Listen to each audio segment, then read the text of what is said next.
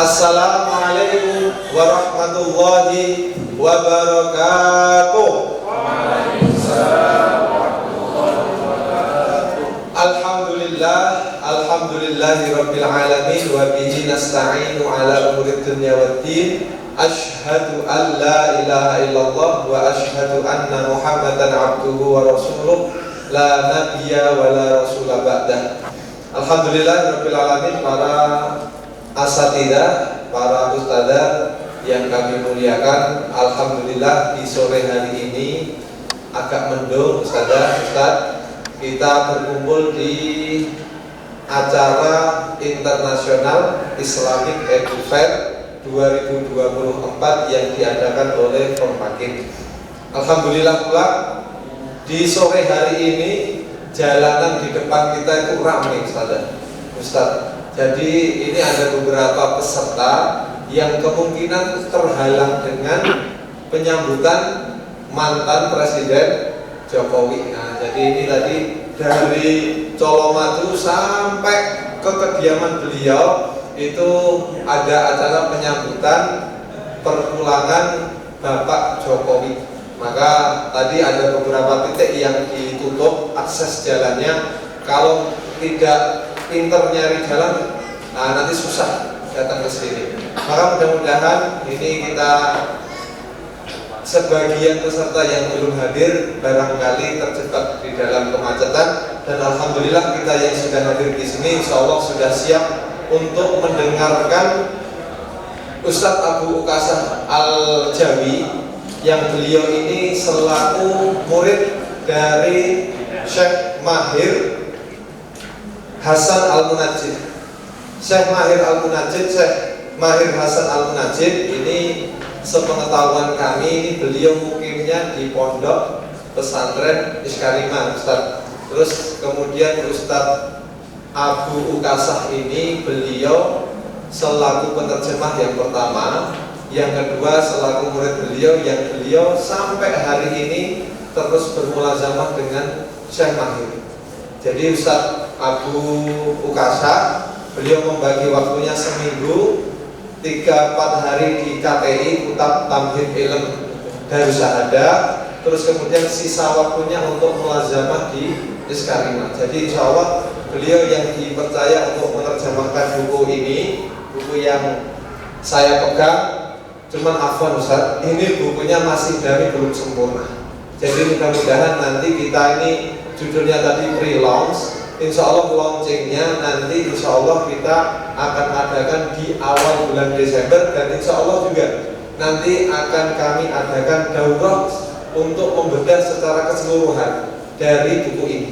Jadi kalau 1 jam ke depan ini kita belum bisa membedah semuanya, paling tidak kita mengenal apa perbedaan ataupun apa yang menjadi kekuatan daripada buku ini dan pembeda dari buku-buku yang lain. Insya Allah nanti kita akan belajar bersama dengan Ustadz Abu Ukasah Al-Jawi. Sekilas kami bacakan tentang penulis Syekh Mahir. Beliau fotonya yang paling atas. Syekh Mahir ini beliau seorang mukri ahli qiraah Al-Ashrah dan pemilik sanad qiraah Ashrah. Beliau adalah pembina Yayasan Syekh Muhammad Sukar Karanganyar, Jawa Tengah, guru besar fikih dan usul fikih yang berasal dari Universitas Kaftarun Damaskus Suriah, pernah menjadi dosen di STAI, Sekolah Tinggi Agama Islam Imam Syafi'i Cianjur, sekarang sebagai pembimbing pondok Trenggulun Syekh Maulana Maghrib Karanganyar.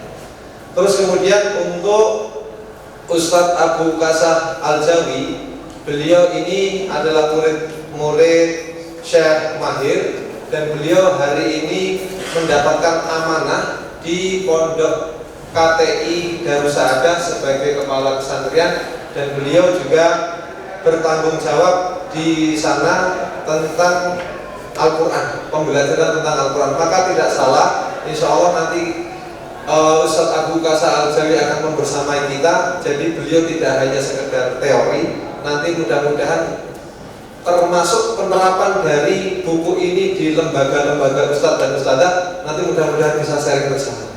Demikian mukadimah dari kami. Mari Ustadz Ustadzah kita awali bacaan basmalah. Bismillahirrahmanirrahim.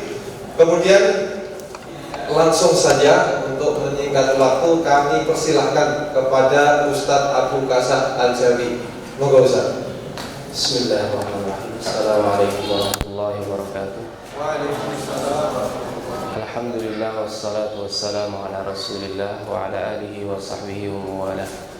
Allahumma la sahla illa ma ja'altahu sahla wa anta taj'alul hazana idza syi'ta sahla. Para ustazah dan ustazah semuanya yang dirahmati oleh Allah Subhanahu wa taala. Jadi pada kesempatan yang mulia ini saya sebenarnya mewakili dari murid-murid Syekhna Sayyidi Syekh Mahir bin Hasan Al-Munajjid hafizahullah ta'ala. Beliau ini nanti kalau mau tahu biografi beliau, saya yakin banyak di antara antum sudah banyak yang kenal beliau ya. Jadi nanti di googling saja. Kemudian di YouTube juga banyak bacaan-bacaan beliau. Cuman secara sekilas yang kami tahu ya, Syekh Mahir ini satu tobakoh dengan Dr. Aiman Rushdi Suwaid ke guru beliau yaitu Syekh Muhammad Thaha Sukar. Jadi untuk guru beliau yang dari gurunya Syekh Aiman yang dari jalur Syekh Muhammad Thaha Sukar, beliau satu tobakoh dengan dengan Syekh Mahir. Dan Syekh Mahir ini kalau antum lihat di YouTube juga beliau pernah jadi juri musabaqah internasional di Shishan, musabaqah tahfidz internasional di Shishan. Kemudian beliau juga pernah jadi juri di musabaqah Quran di Jeddah kalau saya tidak salah. Beliau pernah cerita ke kami seperti itu. Para ustadz dan ustadzah sekalian, jadi beliau ini punya tulisan yang mengulas tentang tajwid ya, yang saya yakin itu menjadi kebutuhan antum semuanya yang punya pesantren terutama, karena di antara problem kita hari ini itu kan salah satunya adalah bagaimana menstandarkan bacaan murid-murid kita ya. Ya sebenarnya sebelum murid-murid kita pun sebenarnya ustadz-ustadznya juga perlu distandarkan ya. Maka kami sebagai bentuk khidmat kami kepada guru kami ingin mengawal ya penyebaran daripada buku ini kepada para thalabatul ilmi, terutama ilmu Al-Quran di negeri Indonesia ini. Jadi beliau ini memang orang Suriah asli ya, dan ada yang mengatakan beliau itu masih bernasab Hasani. Cuman beliau sejak tahun 2011 sudah tinggal di Indonesia. Dan ketika kita berbincang-bincang dengan beliau, sepertinya beliau mau mendedikasikan diri di negeri kita ini. Jadi ini kesempatan emas yang sangat langka ya, yang seharusnya bisa kita manfaatkan semaksimal mungkin. Jadi kalau antum menginginkan bacaan Al-Quran yang mutqin, bukan hanya riwayat Hafiz an Asim bahkan sampai qiraat Asyrah, antum tidak perlu jauh-jauh ke luar negeri ya. Tapi untuk ikhwan loh ya, ini kalau untuk akhwat beliau tidak terima ya. Kalau akhwat nanti bisa ke Syekhah Ahlam atau Syekhah Fatimah dan lain sebagainya ya. Ini khusus untuk ikhwan.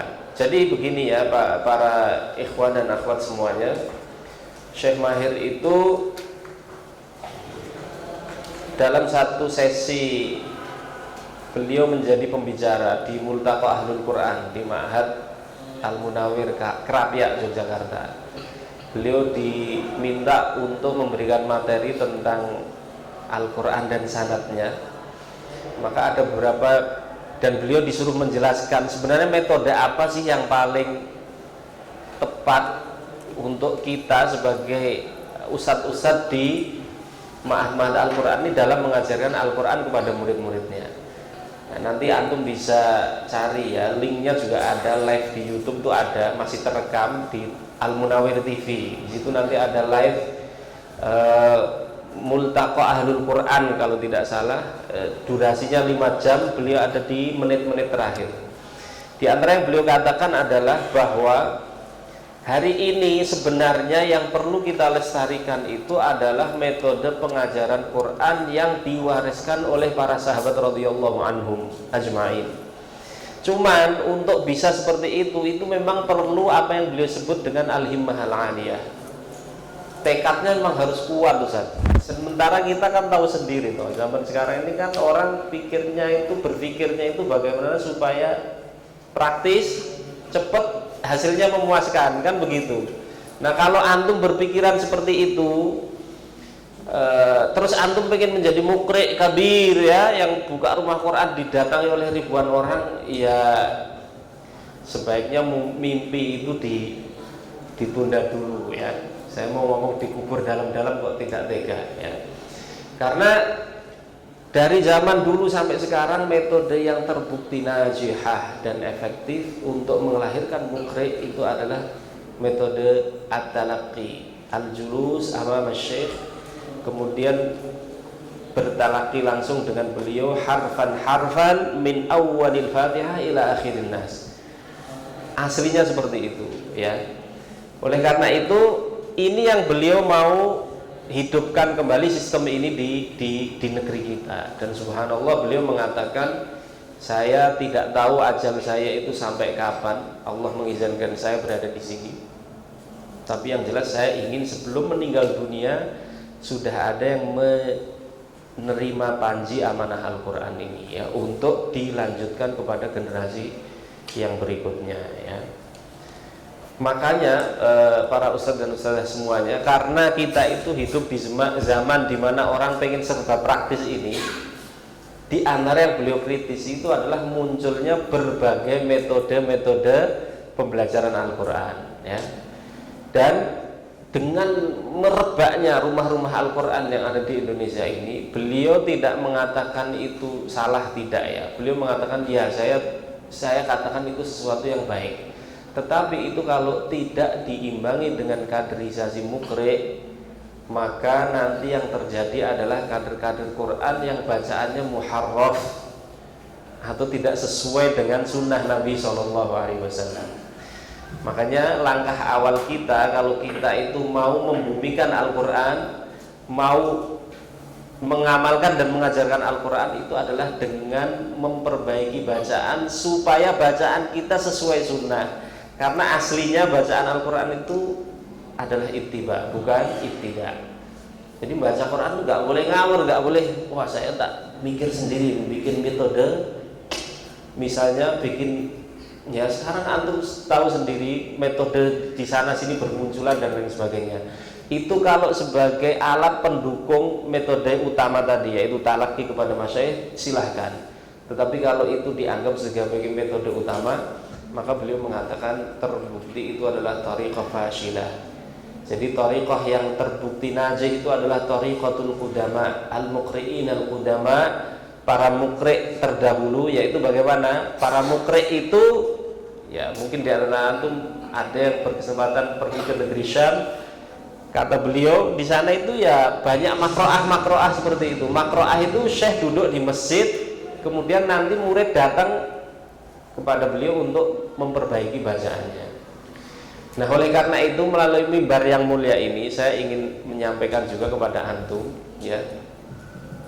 Saya di sini bukan ingin mempromosikan atau membranding di sana, tidak, naudzubillah min dzalik ya. Kita sekali lagi sebagai murid-muridnya Syekh ingin mengajak antum semua untuk menggunakan kesempatan emas ini ya. Mumpung beliau masih sugeng dan antum tahu makroah beliau ada di mana. Ya, ini di sana yang hadir di sini alhamdulillah ada murid-murid beliau. Makroah beliau ada di masjid di depan Eskarima. Masjidnya kecil dan itu terbuka untuk umum, siapapun bisa datang, tidak dipungut biaya dan tidak ada administrasi apa-apa.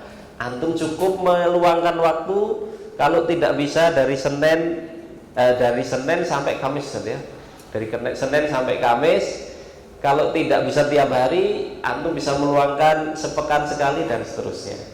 Nah, ini yang ingin kita hidupkan kembali ya, tradisi ini, menghidupkan makroah yang dikawal oleh para mukri yang mereka itu betul-betul bertalaki dari ahlul ada, dari orang-orang yang bacaan Al-Qur'annya bisa dipertanggungjawabkan. Para asatidzah sekalian, sesungguhnya apa yang ingin kami perjuangkan ini tidak lepas juga dengan rasa giroh kami ya, melihat fenomena-fenomena hari ini yang banyak bermunculan. ini sering sekali kami tanyakan kepada guru kami, ya Syekh, gimana ini ada yang membuka pelatihan ya, membaca juz 30 dapat sanad 30 juz ya. Pernah nggak dengar seperti itu? Banyak sekali. Kemudian ada sanad binalor dan lain sebagainya, sehingga orang menjadi terkesan bertasahul ya, menggampangkan urusan ini. Termasuk ini, kalau boleh saya bocorkan pada antum, Syekh Mahir ini termasuk yang tidak setuju dengan pengambilan sanad secara online. Kenapa? Ayo alaikullah, apa muskilahnya Ustaz? Kan sama aja online dengan offline. Sekilas memang sama, tetapi ini berdasarkan tajrubah beliau ya, berdasarkan tajrubah beliau. Waktu zaman Covid itu loh Ustaz, waktu zaman Covid itu kan kita nggak boleh belajar langsung kan.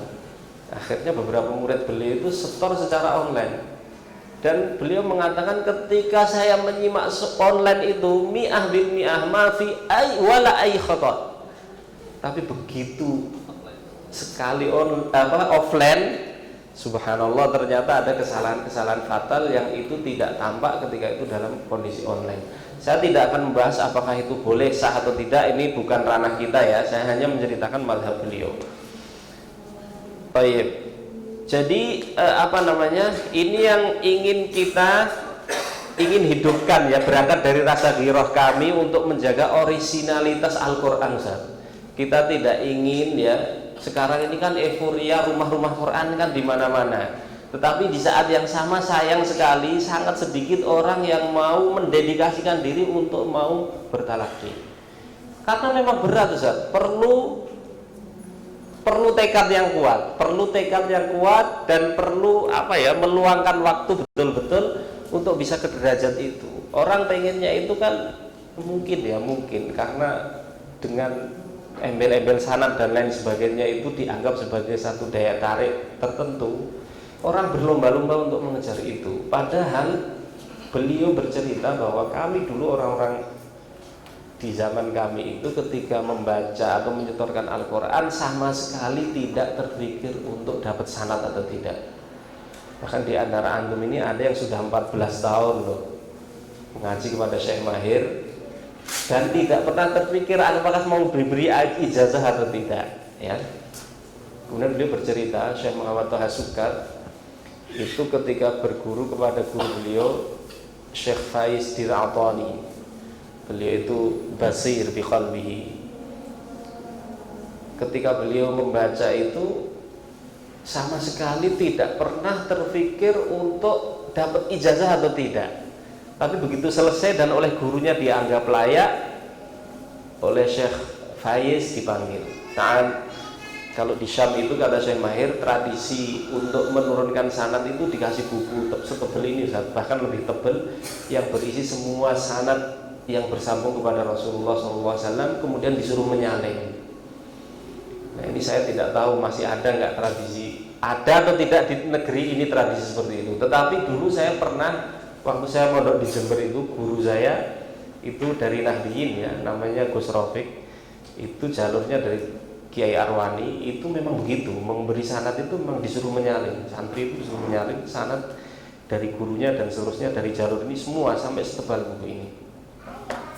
Nah, inilah berangkat dari ghirah dan kecemburuan kami ya untuk membela dan menjaga orisinilitas ya bacaan Al-Quran. Kami ingin mengajak teman-teman untuk ya bisa menjadikan buku ini sebagai pegangan ya. Jadi sekilas tentang Syekh Mahir, beliau ini sekarang tinggalnya di Karanganyar. Beliau pembina Yayasan Syekh Muhammad Sukar, S1 sampai S3.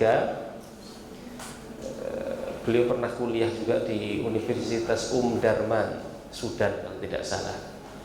Kemudian pernah jadi dosen di Sekolah Tinggi Agama Islam di Cianjur Imam Syafi'i, dan sampai sekarang beliau merintis ma'had sendiri, yaitu Ma'had Maulana Maghribi di Matese, Karanganyar. Ya, antum nanti ke sana Ustaz. Dari sana itu muridnya lintas negara Ustaz. Ada yang dari Chechnya, coba bayangkan datang dari sana. Belum lama itu ada yang dari Sri Lanka juga datang ke beliau. Belum lama ini dari Dagestan juga ada ya.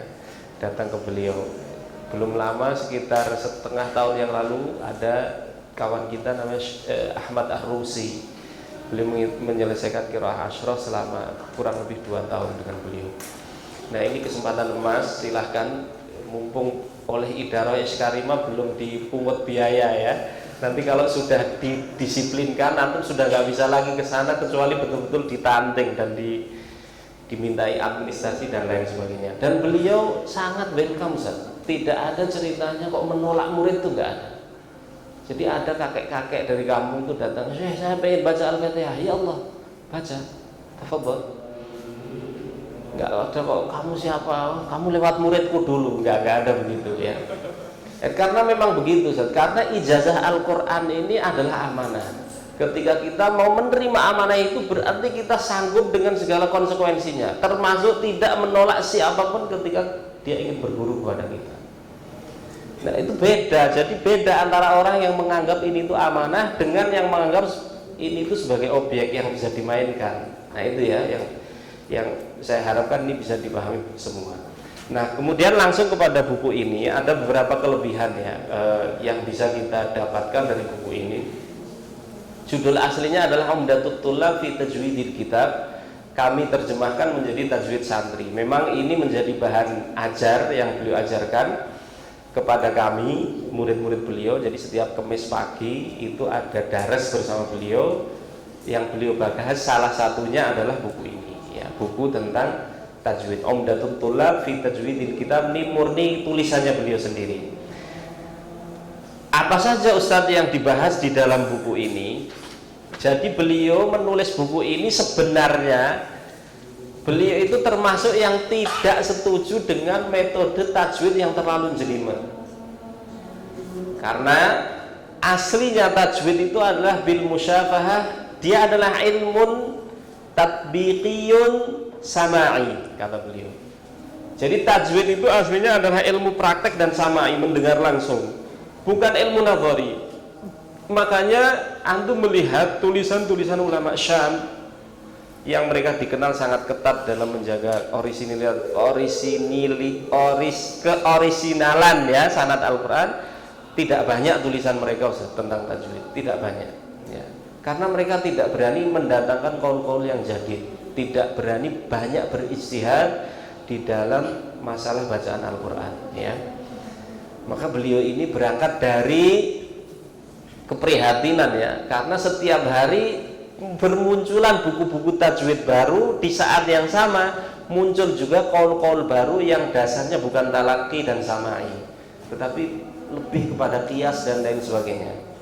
Ini kita qiyaskan begini, idzan yajib an yakuna hakadha, berarti pengucapannya harus begini.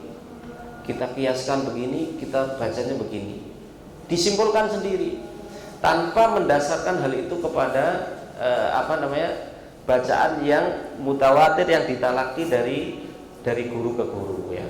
Ada beberapa banyak contoh Ustaz yang beliau angkat di sini ya. Saya mungkin bisa menyebutkan beberapa di antaranya. Satu ya, ini yang mungkin paling banyak menjadi polemik di tempat kita. Apa itu Ustaz?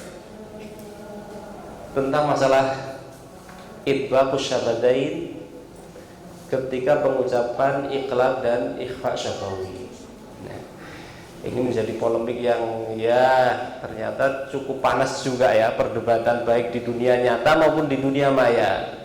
Jadi yang betul itu tarmihim bihijaratin atau tarmihim bihijaratin.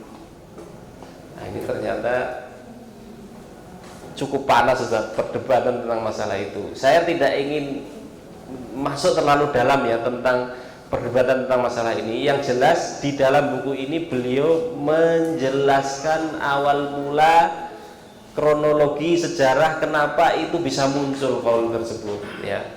Nah, seperti apa ya, nanti antum baca sendiri ya. Sekitar kata beliau munculnya Ashabul Furjah itu kalau menurut beliau dalam penelitian beliau itu kurang lebih terjadi sekitar 50 tahun yang lalu melalui seorang syekh yang mukrik besar juga.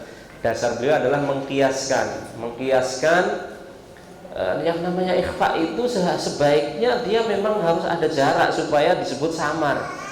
Kalau antum membaca tarmihim bihijaratin itu izhar namanya, bukan ikhfa. Akhirnya kita harus pakai dong kecerdasan kita. Kita kan diberi kecerdasan oleh Allah sehingga akhirnya yang benar adalah tarmihim bihijarah. Nah, qaul ini Ustaz, dari yang awalnya seperti itu ya kemudian berkembang, kemudian sampai dibela. Sekedar antum tahu, Dr. Aiman Suwaid itu membaca dan membela qaul tersebut selama 20 tahun. Yujadil, yani ana astati an uqni'aka anna hadhihi tariqah hiya tariqah sahihah linutqi al-iqlab ya dan ikhfa syafawi. Tapi setelah 20 tahun beliau kemudian rujuk dari qaul tersebut dan kembali kepada ikhfa asy-syafatayn. Nah, di buku ini beliau menyebutkan nas-nas para qurra al-qudama seperti Imam Abu Amr ad-Dani yang secara sharih menyebutkan bahwa ikhfa syafawi dan iqlab la yakunu illa bi itbaqi syafatain, ya.